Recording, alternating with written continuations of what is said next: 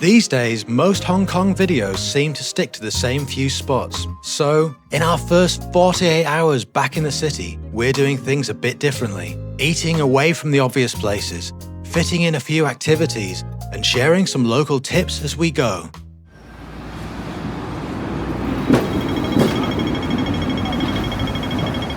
Shortly after landing, hunger got the better of us, and we headed to Joy Hing Roasted Meat in Wan Chai, an excellent alternative to the queue at the much-hyped Cam's Roast Goose nearby. This is what happens when Lisa orders in Cantonese. It wasn't really my fault. Says this is one lot of goose, roast pork and barbecue pork, or char siu and cereal. This one is soya chicken and rice. Oh yeah, you need to try some of this. Yeah. Start off with this. Okay. And it's delicious. And you've never had it before, have you? I haven't had it for years. Soft, flavourful. Yeah. Nice sweet glaze. Just grabbed a bit of this goose. This is like the end of the drumstick, so it's like nice bit of skin there for me. Roast goose is like a bit fattier than duck. Yeah. A bit like strong in flavour, I guess. If you've had Chinese roast duck and you like it, you need to come and try this goose. It's got more flavour, it's got more marbling, it's got more succulence. It's bigger. This soup is really good too. I haven't had a homemade soup for ages. Right, I'm going to try the char siu. Surprised me. Nice and sweet. Yeah, big thumbs up for this. If you come to Hong Kong, you've absolutely got to eat this kind of food. And like, look how much it is. It's a steal. $269. A short walk from our hotel was Happy Valley Racecourse, and they have race meetings every Wednesday. Who doesn't like losing money and drinking overpriced beer from a paper cup? Entry is only 10 Hong Kong dollars, and tourists get in free. At least you're guaranteed one win.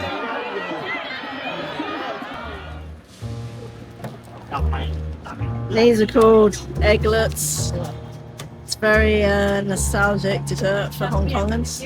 Like most Chinese desserts, not too sweet, which is a good thing. Oh. Yeah, crispy, soft and mellow, vanilla-y. We didn't do too well at the horse racing, so we obviously not very good at gambling. So we decided to do something we are good at, eating desserts. For breakfast, we went to My Cup of Tea, one of the most hyped spots in Wan Chai, to find out what all the fuss is about. Durian is like a tea-coffee hybrid. Quite nice, pretty sweet, not too sweet, but like John says, it's mainly like the coffee flavour that comes through. So this is satay beef and egg. Look at the egg, look at the thickness of the egg there. Bread's nice and soft. I think the satay really adds something. Because you get a little sweetness, a bit of peanut, and a tiny bit of spice on the back. There is a little bit of spice in there, actually, yeah. Quite a long finish. Yeah, there's a lot of... I'll be talking about mouthfeel and shit. I know it's ridiculous, but there are a lot of complex flavours in there because of the satay. I know it's just an egg sandwich. There is a lot going on. But then you've got the nice softness of the egg. Look how deep the egg is, like soft. Well, nicely cooked it is as well. It's not like... There's no liquid coming out of that egg. It's nicely cooked. It's not too wet. I mean, I love an egg sandwich, so I'm pretty happy with this. Give me this over egg slut any day. I've never been to egg slut, and I never will, but at least that did cost like, 20 quid for a sandwich. Egg slut? Yeah, fuck that. Right.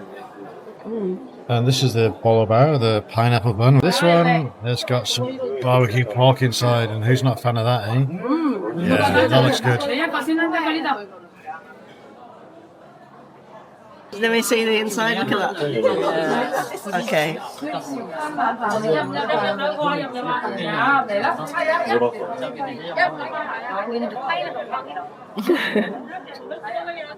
So the first one, I'm quite curious to try one of these bolo bao with like a pork chop in the middle too. But is that too sweet? Is it pushed the line with sweetness? It's like eating steak sandwich, but like instead of bread, you've got donut. Yeah. Wow.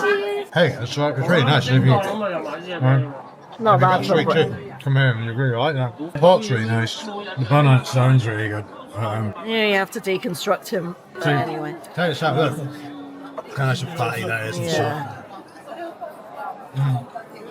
Okay, so that's the end of breakfast, and actually, like, I'll show you, there is a bit of a queue now, but it does move like really Yeah, fast. moves pretty quickly. And it was worth like a 10-minute wait or whatever it was. It's definitely worth it, yeah. I would eat there again, and I would eat egg sandwiches again.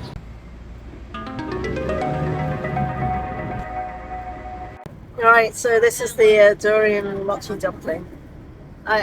Usually you get mango, but we thought, come on, you only live once, so.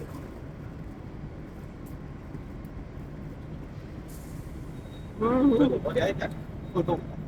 you're gonna like that. Yeah? Is that going to be $16 well spent? Yeah, That's Hong Kong dollars, by the way. nice. About $2 US. I'll let you have a go. I can smell it. I can smell it.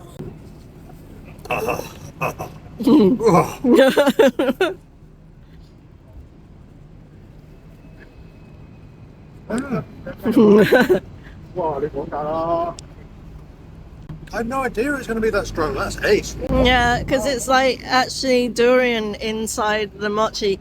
We're gonna stink today That's as good as eating durian. because it is Come durian. and get one. Listen, it's not as good as eating durian. It is durian. Yeah, you know what I mean? I thought it would be a processed durian product that was like, you really like that durian smoothie we had the other day? Yeah, Like, that was where it's just like, ice. Nah, yeah, it was alright. You know, my This is main like issue. My main issue is it's like 1 p.m. We got to go around town and go and buy things My in main shops. issue is that we've We're only gonna got one stink. of these. One of these. Everyone's getting on the ding ding. You can say it's all old school. Yeah, old school here. Not just a great way to see the city, but it's like you're on the tracks and not that much traffic, and it's cheap as well. Good Go as far as you want, $3. Next, despite still stinking of durian, we visited Sheung Wan. It's a historic district which is famous, among other things, for its array of dried foods, which was very good news for Lisa's mother's pantry. And there were some very nice shop cats there too. Right, so we're in the Sheung Wan. There's a couple of streets around here that sell like sort of dried food, so like seafood, scallops, fish maw, dried shiitake, all sorts of like herbal medicines. I've been shopping for my mum, so we've got a big bag of these shiitake. Got some the dried scallops, and some dried shrimps as well. It's all quite pricey. We were looking at fish maw, but I don't know anything about it. I didn't want to spend loads of cash. Dried fish, this is the Chinese dried sausage, lapjang. Yeah, I think I'm going to bring some of these. These are smoked and unsmoked, presumably? No, some of them are different. Like some of them are called like liver sausages. So different. I think I could get some of this for Mum. I reckon she'd appreciate that. And then after that, that's my gift shopping done for the parents anyway. That's a good job we bought that extra suitcase. Well, I think I'm going to need one more. So there we go.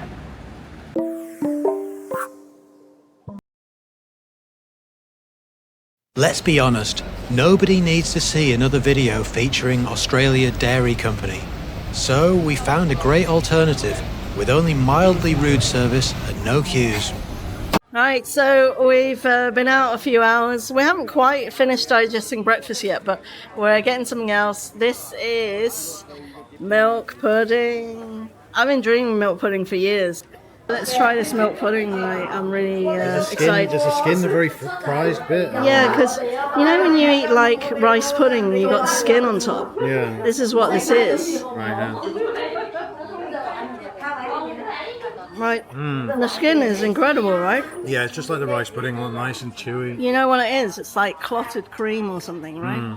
Now, you see, like John said to me, like, what is this thing? And I said it's a bit like panna cotta, but it's not. It's more like I don't want to say the word, but it's a bit more like blancmange. Blancmange. Or jelly, but milk.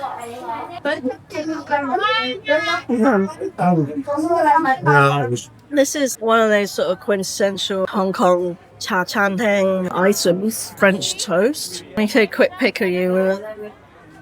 Stick it on, yeah, that's your syrup. Syrup, I'm sure it's sweet as hell. Eggy bread. You know, John's family used to have eggy bread, but it was only a savoury thing. I was like, what? True, like it's never sweet, always savoury. Bizarre.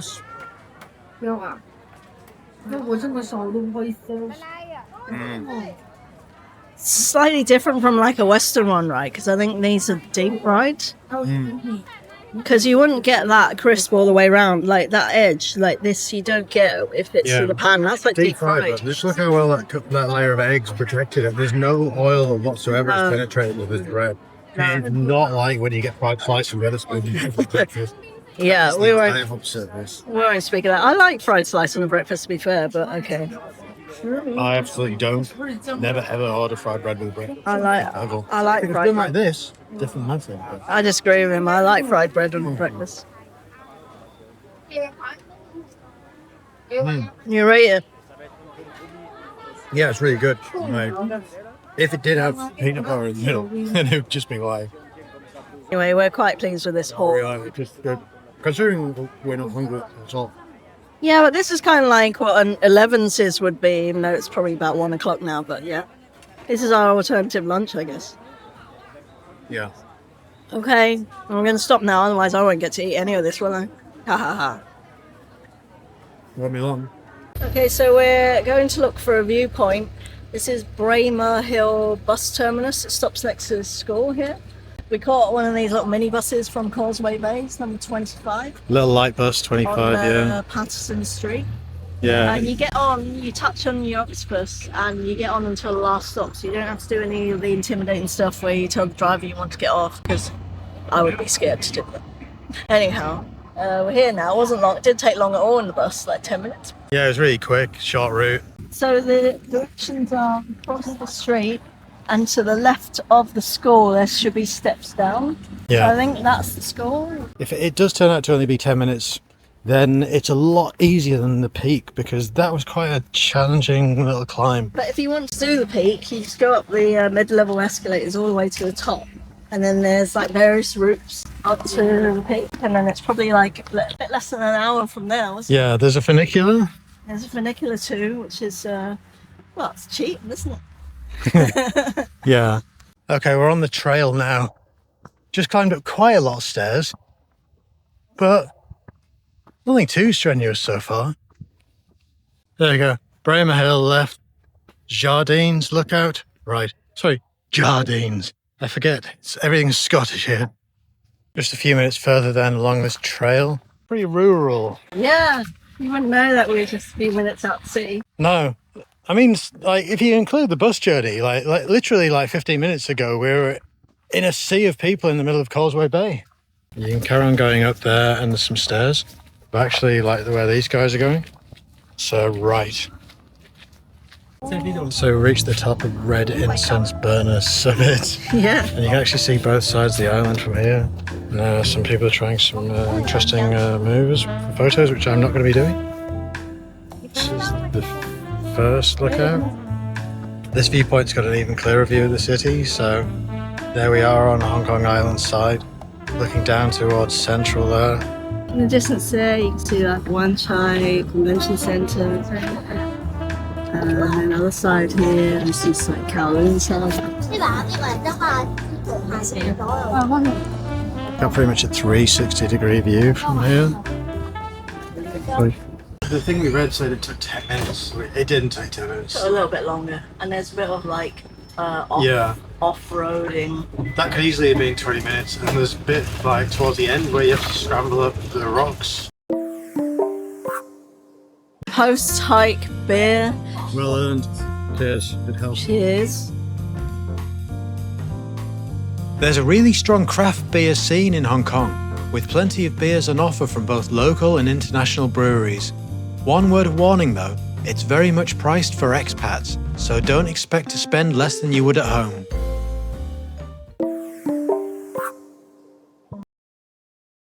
So tonight we've come to Tung Po Kitchen in Causeway Bay. It used to be a Dai Pai Dong above a wet market, but they have moved and it's a very different vibe now. Like when a restaurant changes from being sort of independent to like private equity capital, glitzy kind of stuff. Might still be good, But like this is what it is now. So we got like the big Carlsberg down here, and it's very loud as you can probably hear. That's why you stuck with me. There's decent volume for you're not going to carry across this quite sizable table. So yeah, let's see what we get. May have made a bit of a what? Let's see. Well, the food has arrived and the volume hasn't decreased, so you're stuck with me still, unfortunately. But here's the chicken dish. Looks really nice, actually. To be fair, like the skin looks really good. Like, yeah, there's plenty of meat on there, but a little sort of tasty like crumb on the top. This is a veg dish. Is that like aubergine on top? No, it's tofu, preserved veg, and chili some. With a gravy on it too. That looks better than I thought it might be, like judging from reading the menu. Yeah. Right, let's have a go at this chicken and see what we're making of. As much as I don't like this restaurant in terms of the setting of things, I've got to admit that chicken is really good. Like really soft, really tasty. The skin looks great. Yeah, maybe we didn't make a mistake after all. Like that did tip tires. So they moved the restaurant. I don't like the restaurant now, but if the food's still good, they give us a tip, right?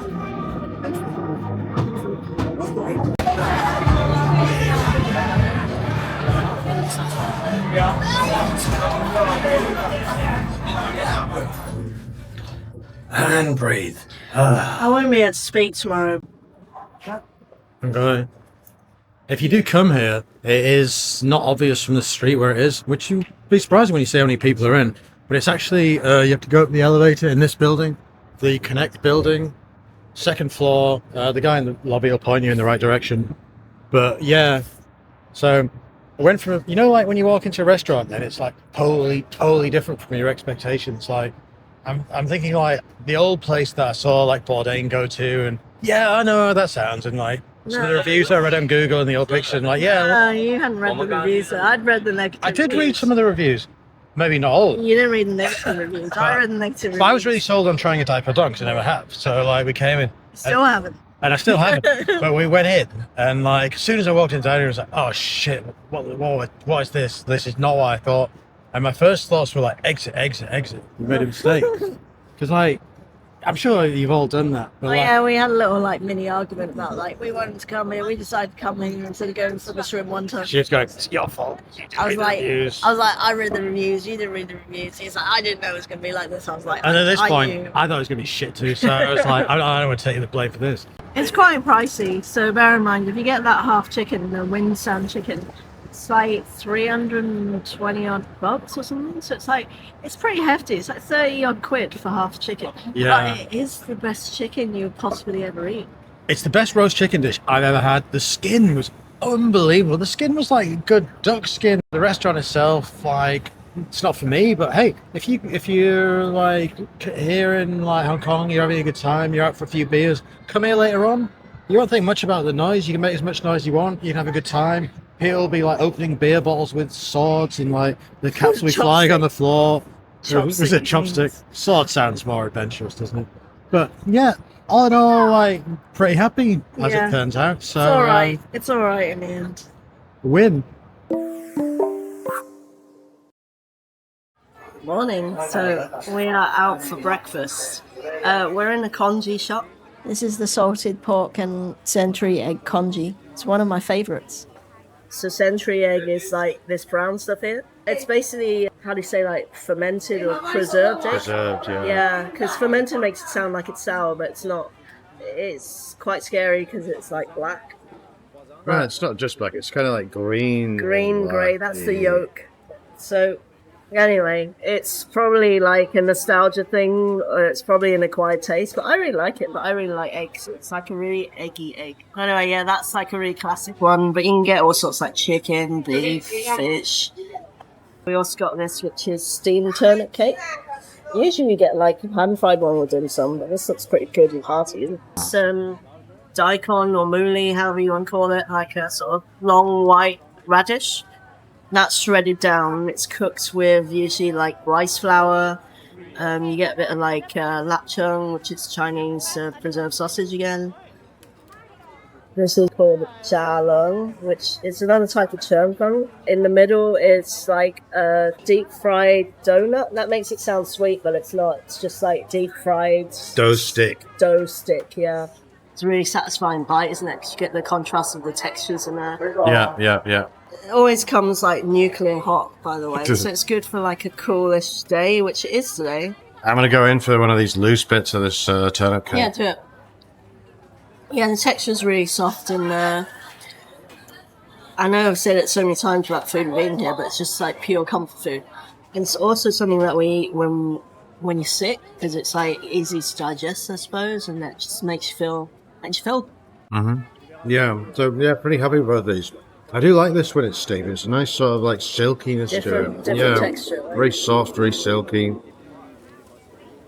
Didn't get any lap chowing in the bit that I had, but maybe there is something. No, maybe that's just for like the fancier dim sum places, but this is like $16, so yeah. I'm probably not. This you can see there the inside of the rice roll, the deep fried dough stick in there. What this does have, which a lot of the dim sum places lack, I'd say, is it's got good flavour of the mouli in there. A lot of times you don't really get that; it's like lost. But yeah, good. John's a huge, giant, steaming vat of Chui King Congee just arrived. There's it's a lot huge. of chicken in here as well. It's massive. I was like, you're not going to be able to eat that for about 3 years because it's so hot. Look at all This the is like one steam. of the bowls that your dad Dwight has, so Yeah. Well, absolutely huge. that's the difference as well. The freshly made one, it's kind of like $10 more, so it's like 10 times the size. Yeah, they definitely give you your value for that. Yeah. Right. So while we're waiting for this to come, they offer this like homemade soy milk, which is $8. I can't say like less than £1, Yeah. $1. Yeah, really good. Not like the kind of soy milk that you might associate with getting out of a packet in like Western supermarkets. It tastes a lot more natural than that. I always think the stuff that you get in the UK and probably like the US is like really sort of fucked around with. Yeah, this stuff is literally just ground up soybeans and that. And hot. Well, the clothes in the steam.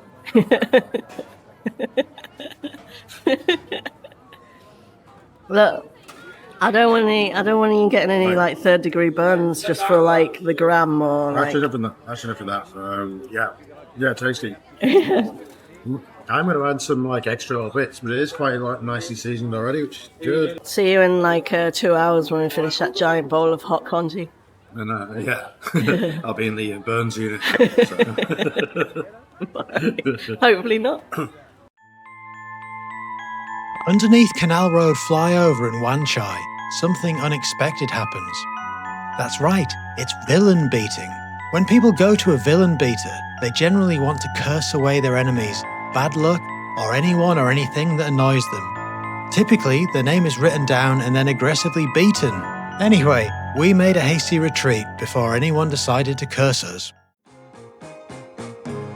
If you want maximum bang for your buck in Hong Kong, it's always a smart idea to go to a cha chan teng. This is Kwong Catering in Mong. Just look at this plate. 2 pork chops, 3 eggs, curry sauce, and a huge pile of rice. Very tasty it was too. And how about this one? Clay pot rice with a super toasty, crispy bottom for only a few bucks with no giant queues. Okay, we had to share a table, and it had a green, sort of COVID-19 style era plastic divider in the middle.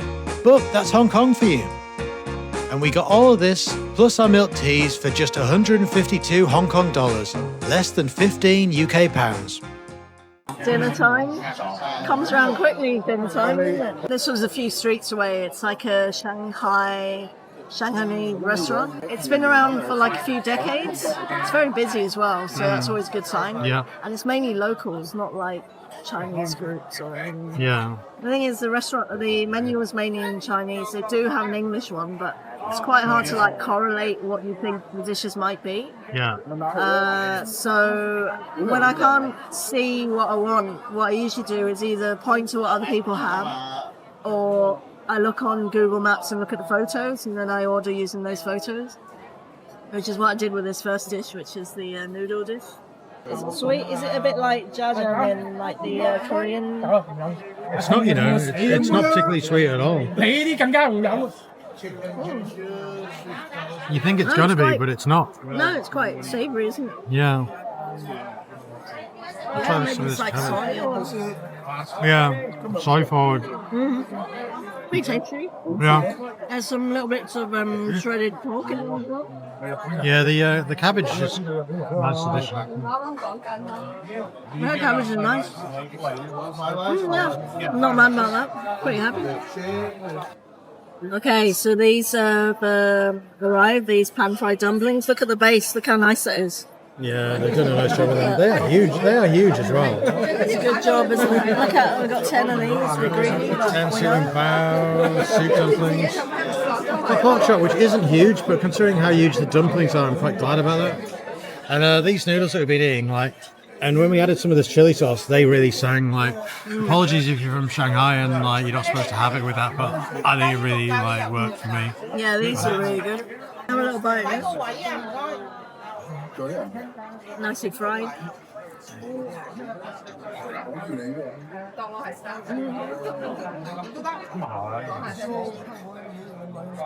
Crispy but tender inside, not dry. Like a sort of economic restaurant.